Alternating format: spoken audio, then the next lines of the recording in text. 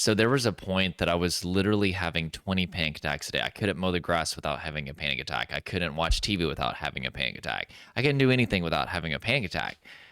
And a big part of what was fueling the problem was two things. Number one, I didn't know that it was a panic attack. My mom had panic attacks, and I saw her freak out. She had really bad health anxiety for many, many years growing up. And I saw her have these things, and I had heard the term panic attack. But whenever I started to have what I now know to be panic attacks, I didn't think it was a panic attack. I thought I was going crazy. I'd had a really bad marijuana experience. My friends didn't have any sort of reaction to it, so I assumed the weed must have been laced with something. And I was experiencing 24/7 depersonalization, realization. Time felt distorted. My heart was just pounding out of my chest all the time. I thought I was dying of a heart attack. I literally was convinced that I was losing my mind. And I remember whenever I finally called my dad, after literally almost a year of trying to figure it out for myself and trying to beat it myself.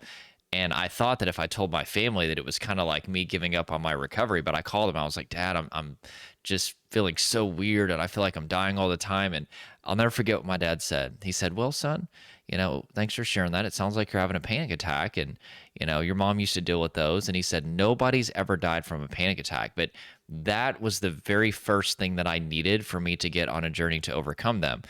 But the next thing is now I had to figure out how to overcome panic attacks. So I got on Google, and way back in the day, this was like 2009, there was not that much information on panic attacks. But I did come across a resource that taught something called what you would probably know as acceptance, right?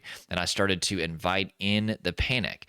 And this was very difficult because I thought if I stopped resisting that I was going to die of a heart attack, that I was going to fully slip out of reality, that I was going to go crazy. And so I was terrified to let go of that resistance. But this technique taught me to invite in all of my symptoms and all the fear. So I did it. And I remember just sitting and bracing and waiting for something terrible to happen, and nothing happened. And that's the second thing that you need to know is panic is playing a trick on you. Panic is making you believe that if you stop resisting, something terrible is going to happen, but that day is never going to come.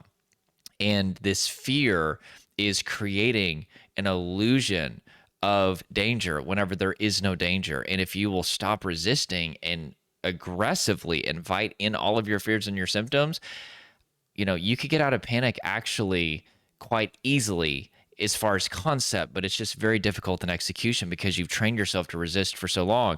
I helped somebody get out of literally over a decade of panic attacks. We did it in like 15 minutes, and he was like, are you serious? All these years I've been doing this, and that's all I need to do? And I was like, yeah. But I also want to say, lastly, this doesn't mean that we've rewired the nervous system out of anxiety yet. We still have a lot of work to do, even when you overcome panic attacks.